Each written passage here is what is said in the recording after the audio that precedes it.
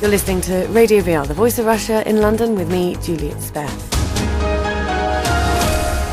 2014 has been declared Africa's Year of Agriculture and Food Security. But where do the women come into this? It's estimated that if women farmers had the same access as men, agricultural output in 34 developing countries worldwide would rise by around 4%. This translates as up to 150 million fewer hungry people. But how deep-rooted is the gender gap in African agriculture? I'm joined in the studio by four guests who are going to, in turn now, introduce themselves. My name's Lewis Temple. I'm the Chief Executive of IDE UK, International Development Enterprises, and we've spent the last 30 years working to help smallholder farmers across the developing world increase their incomes through accessing new markets for their produce. My name's Hannah Stoddart. I'm Head of Policy for Food and Climate Change at Oxfam. My name is Keith Boyfield and I'm a Fellow of the Institute of Economic Affairs, and I recently authored a paper called Commercial Agriculture, Cure or Curse, and I'm also the Africa editor of the Journal of World Economics. My name's Elizabeth Hull. I'm a lecturer in anthropology at the School of Oriental and African Studies and a member of the Leverhulme Centre for Integrated Research on Agriculture and Health. With climate change high on the agenda and food security and 2014 being declared as Africa's Year of Agriculture and Food Security, how important is it that society, policymakers, governments realise the role that women can have in winning a battle against food security? I think I'd like to start with you, please, Hannah, from Oxfam. Well, it's absolutely vital that women are recognised as the crucial agricultural economic agents that they are in rural areas in developing countries. At the moment, women comprise a large proportion of the agricultural labour force in developing countries. They also, however, only rarely own land or have actual legal rights over the land that they are farming. So we see across most continents, less than 20% of agricultural landowners are actually women.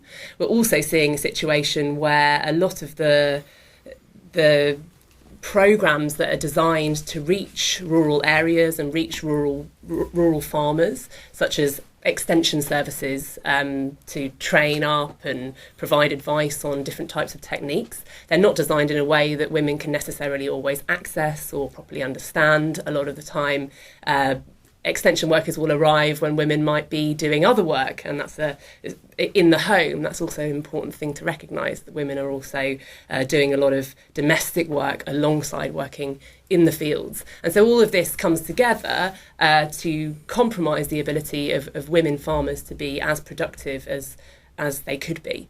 And when we're seeing a situation where climate change stands to have devastating impacts potentially on agricultural productivity, harnessing the potential of women becomes all the more important.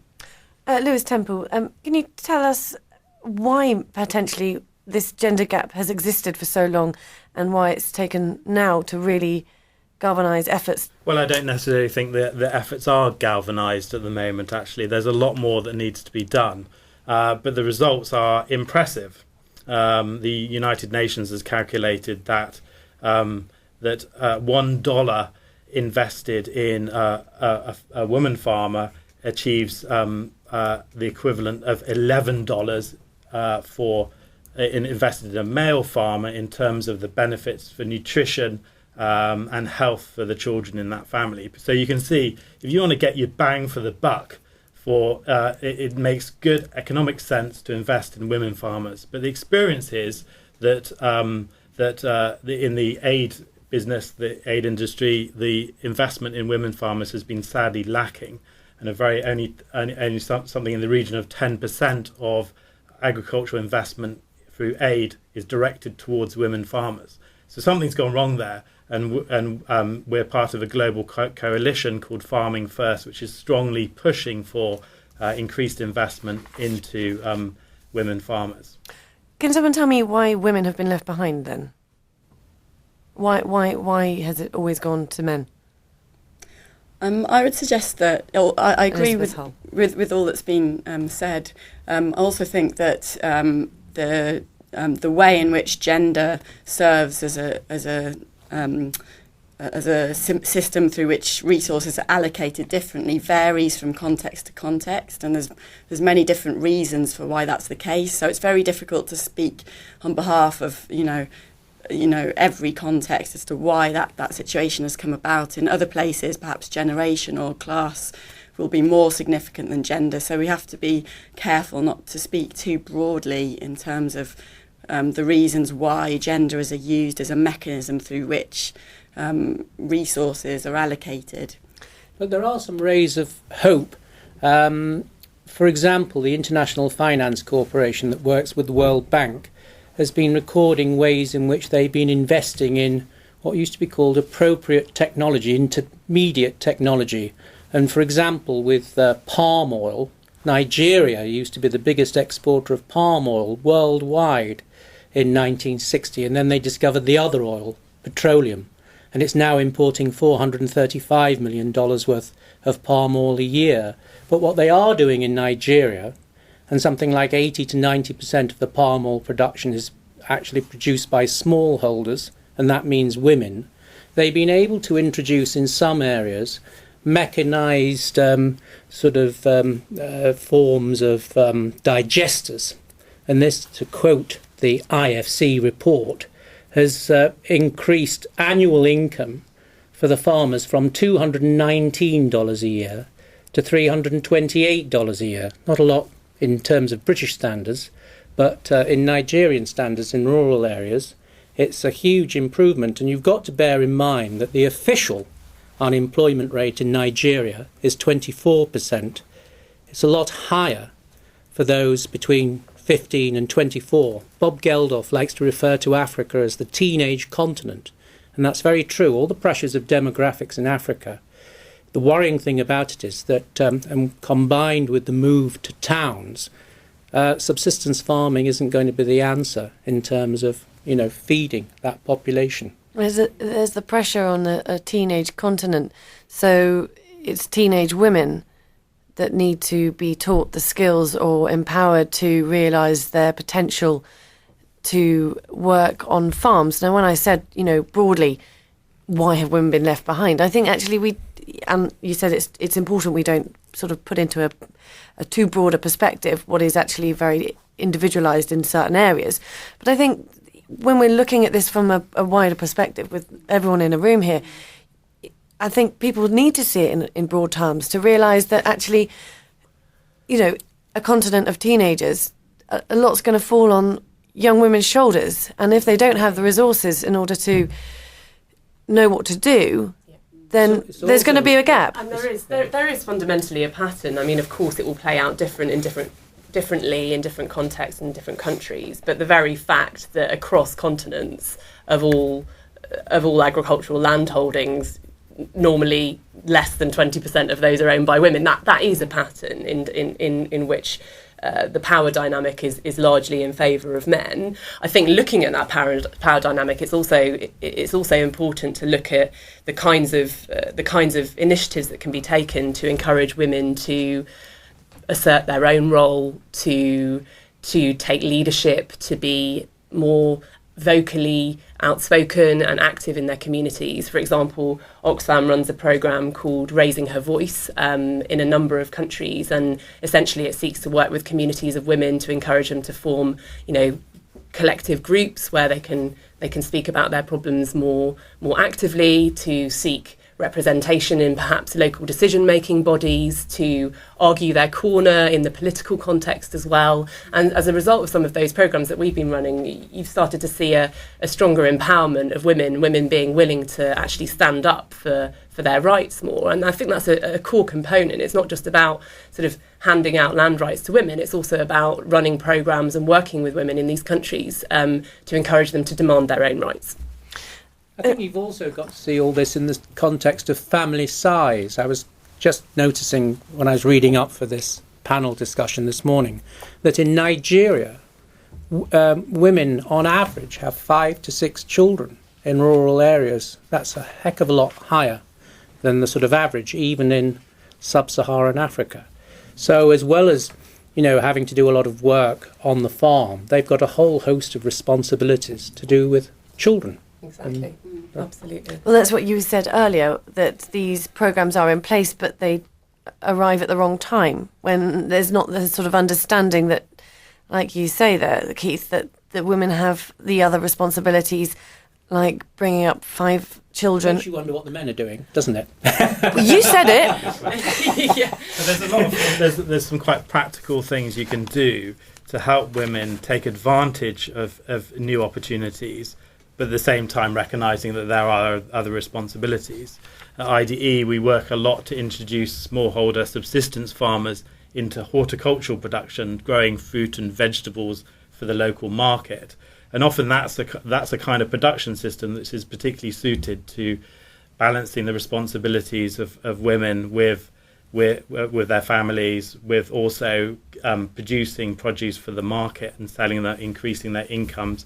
In our program in Ethiopia, we've seen an increase in income up to $300 as a result of moving to horticultural productions of fruit and vegetables.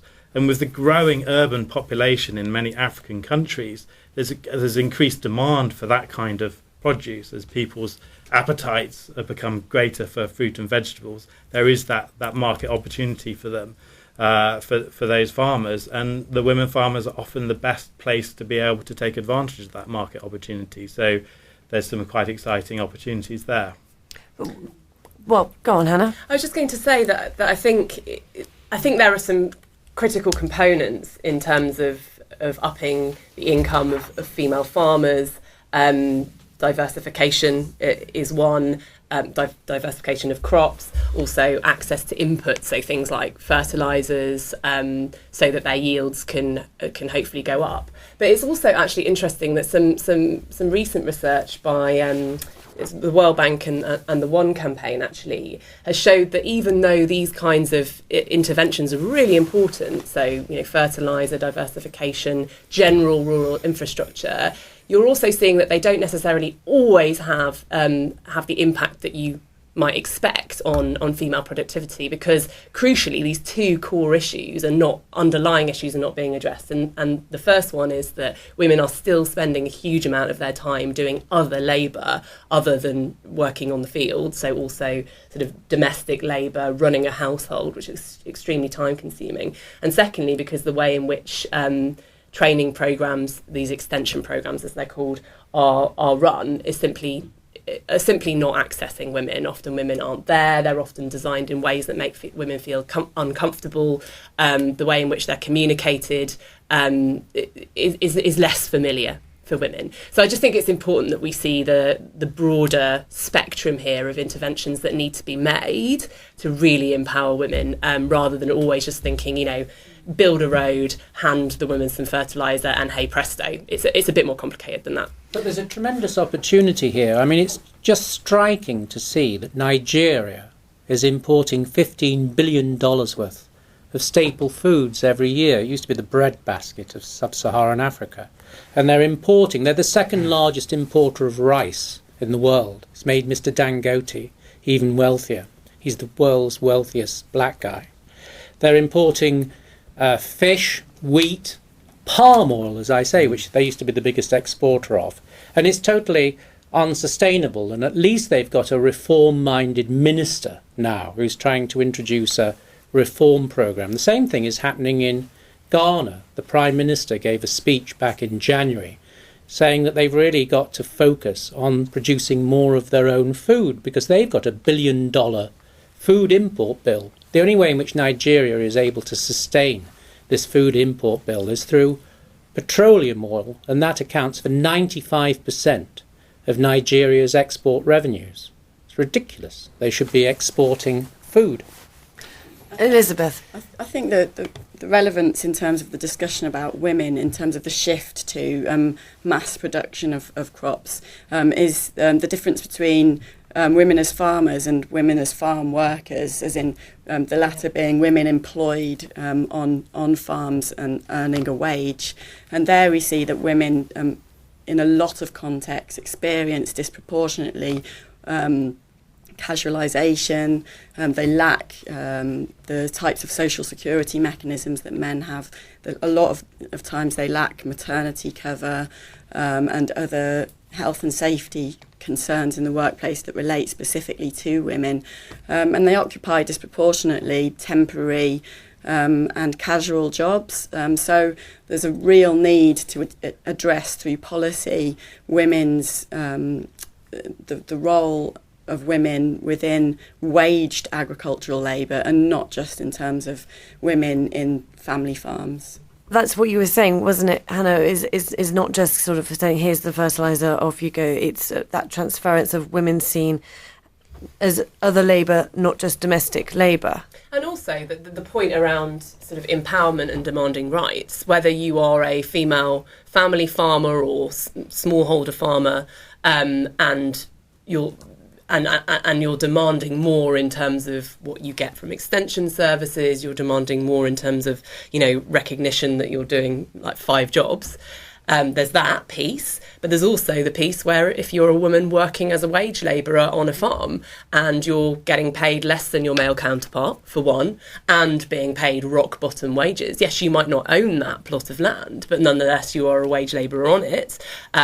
So again, it comes to, empowering women to demand rights, to unionise themselves, to act in, collectively with other workers and other female workers to demand more. So that empowerment piece is absolutely crucial across the board, whether as a female family farmer or as a wage labourer. Striking an optimistic note, I'm an optimist by nature, you see. What you're actually seeing at the moment is a wave of investment, particularly in things like palm oil, which is a controversial crop. But at the moment, particularly Indonesian and Malaysian companies have pledged over $6 billion worth of investment into just West Africa. So you see Sime Darby investing in Liberia and Olam investing in Côte d'Ivoire and Gabon.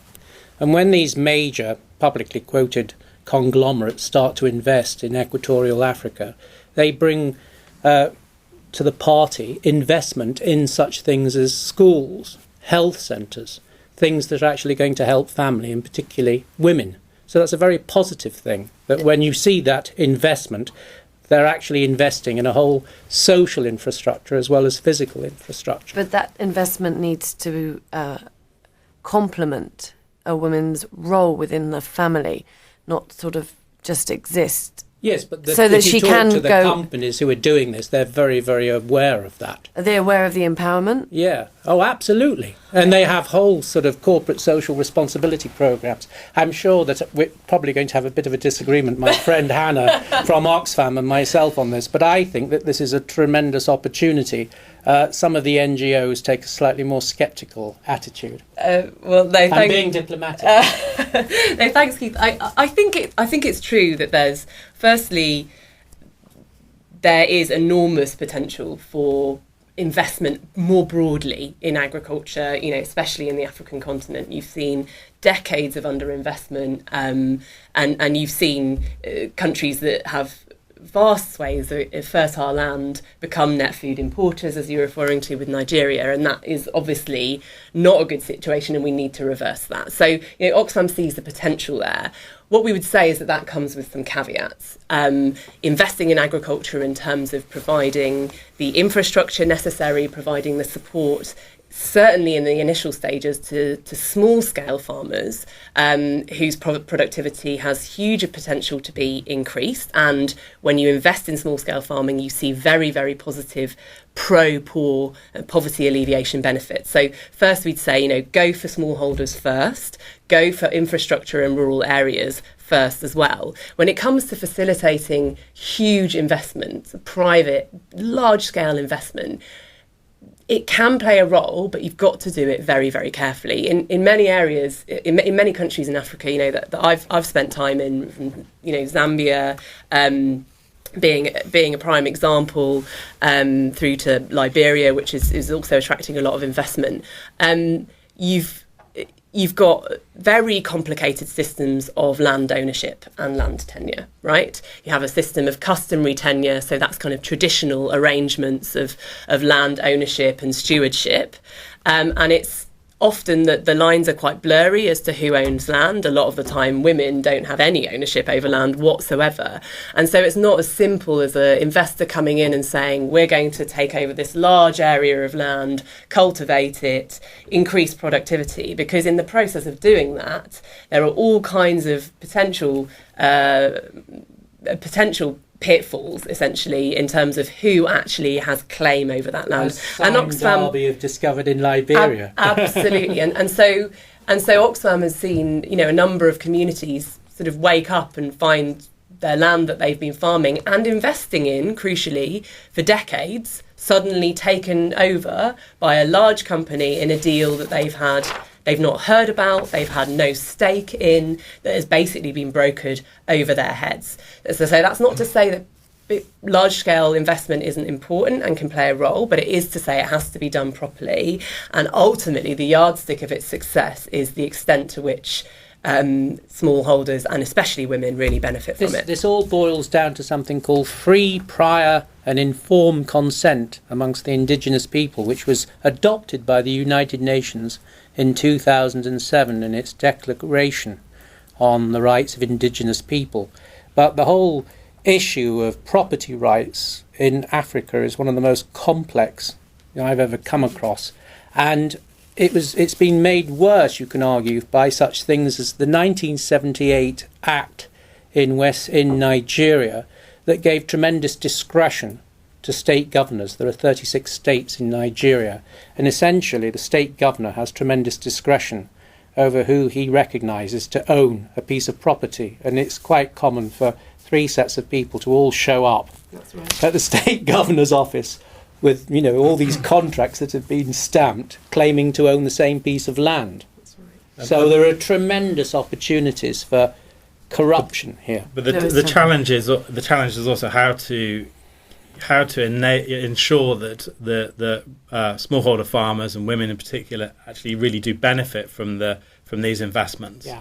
And that's quite a practical challenge as well. I mean, IDE is working in northern Zambia, where there's been massive investment in the mining industry. Big copper mines opened up by international companies, and yet with huge employment opportunities as well for the local population to work there. And yet these companies are feeding many thousands of people with produce which is imported from outside of the area and outside of the country in many cases, in a part of the country which is surrounded by smallholder farmers, because they simply don't know how to grow the right kind of produce at the right time. So there's quite a practical challenge there of how to enable smallholder farmers to grow the right produce for the market. And given the huge decrease in the levels of agricultural extension services being provided by governments in most African countries over the last 20 years, there's not much in the way of knowledge transfer for those smallholder farmers from state service providers. So there is opportunities for the private sector to actually provide agricultural extension services as well, because smallholder farmers are businesses, and the businesses which serve them can be prosperous businesses as well. So, Dr. Hull, you work with smallholder farmers in South Africa. Yeah. What experience do you have of their challenges or adoption to big investment farming? Well, I mean, I would agree with the note of caution that's been raised in the discussion. And I think particularly if you look at the South African case, there is a difference between the rhetoric and the actual practice of what's happening on the ground. And of course the rhetoric is to support smallholder farmers and encourage them to increase their productivity and improve their livelihoods. And then on the other hand, what you have in reality is an agricultural landscape largely dominated by large-scale agribusiness in which people are, poorly paid, particularly women.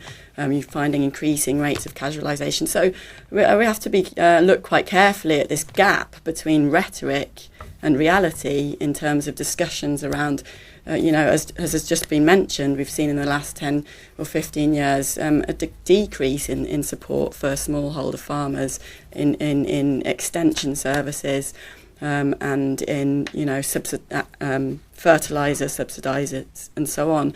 There are specific cases like in Malawi where subsidising fertiliser has had very positive effects, but I wouldn't say that that's something that's happened across the board. What really needs to come first? Combining the rhetoric with the reality, what would your message be? I'll finish by going around the table again, if that's okay. Lewis Temple. Key message is smallholder farmers and women in particular are viable businesses, that to move from subsistence agriculture to growing for the market can have transformative impact on incomes and the livelihoods of those farmers. So what we need to do is to ensure that all investments in those countries do enable people to participate in those economic opportunities. And there's some quite practical things to do in terms of ensuring that the technologies, the agricultural inputs, the seeds and the fertilizers are available through the market in the way that is suitable to the small farmer, and they can have dramatic impacts on their incomes through that. So the key thing is that those are available to small farmers, and that's obviously in very isolated rural areas.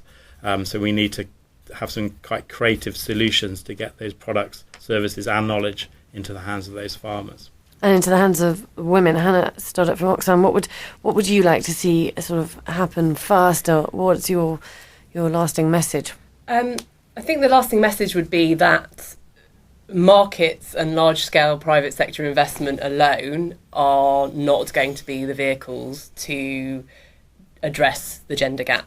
They're part of the picture, but first things first, we need to address decades of underinvestment in agriculture from the public side as well. You need targeted public investment in rural infrastructure, in roads, in training programmes and extension services, as they're called, that specifically target women, are tailored towards women. You need greater sort of state level acknowledgement that women in rural areas and women farmers are often doubling up as having a job in the domestic context as well, and being the heads of households. So you need to design policies that address that as well. And fundamentally, you need to address the structural inequalities that mean that, by and large, though women are spending huge amounts of time as agricultural workers or labourers, most of the time they don't own their own land.